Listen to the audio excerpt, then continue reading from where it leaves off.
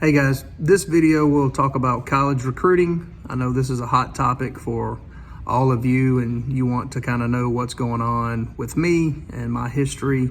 So I'm going to give you a brief background of my college recruiting relationships that I have with coaches all over the country.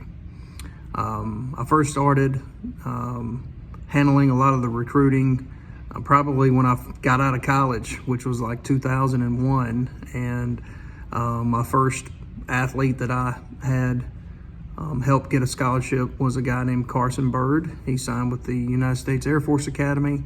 He went out there and was a 3-year starter for them and was a third-team All-American his senior year, playing defensive back there. But since then, I've had over 100, almost 150, somewhere in that neighborhood of players in my career that have went on to sign scholarships from Division III level, which is the lowest level, all the way up to Division I. We had a player last year sign with the University of Alabama, and he was a great player. Some of the things that the colleges are looking for is, number one, obviously, if you have really good tape and really good film from your performances, the first thing the college coaches are going to ask me is their grades and their transcript. So if you're struggling in the classroom or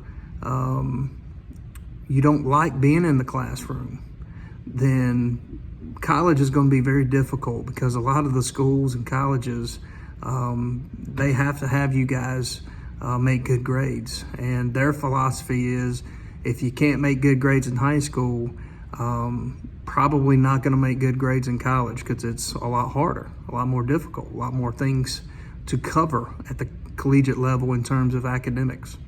So that's number one. So stay on your books, get in there and get your work done. Number two, obviously, you got to be a great player. A quick, helpful hint that I've always used over the years: if you're one of the top 2 or 3 players at your position in the region that you play or the schedule that you have for the season, if you look back at all the running backs and if you are one of the top 2 or 3 running backs, then you probably have a good opportunity to go play at some level at the college, in college, somewhere across the country. They're always going to want film. I've had a lot of college coaches call me in the last month or so wanting film on guys or links to websites. So you players, please start working on your highlights and get all of your best plays at the front, okay? College coaches literally have hundreds to thousands of tapes to look at throughout the off season when they are recruiting.